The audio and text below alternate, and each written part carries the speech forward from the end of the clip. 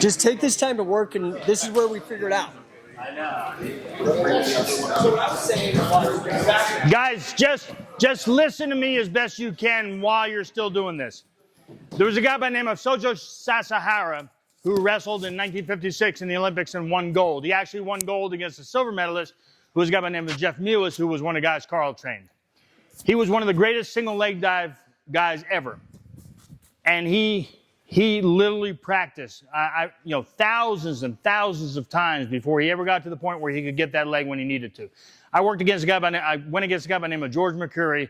I don't know if he won the nationals, but he was great. He had this body that was just kind of real soft looking, and you wouldn't have given him the time of day on the street.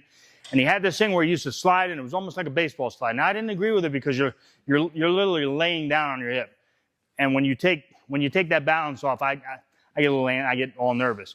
But he would do it. And he would come in, he would baseball slide in, capture that leg, and then shift you, and you go straight down. You would know that he was going to do it. It was almost to the point where he would go, I'm going to do it. And you couldn't stop him. And so what that took, though, was thousands and thousands of iterations, thousands of times on the mat, both in practice and in competition, to get to a point where, it's your hold whenever you need it. So my point in all that is, don't do things a few times and get disgruntled and go, it's too hard or whatever. It's perseverance, man. It's not stopping.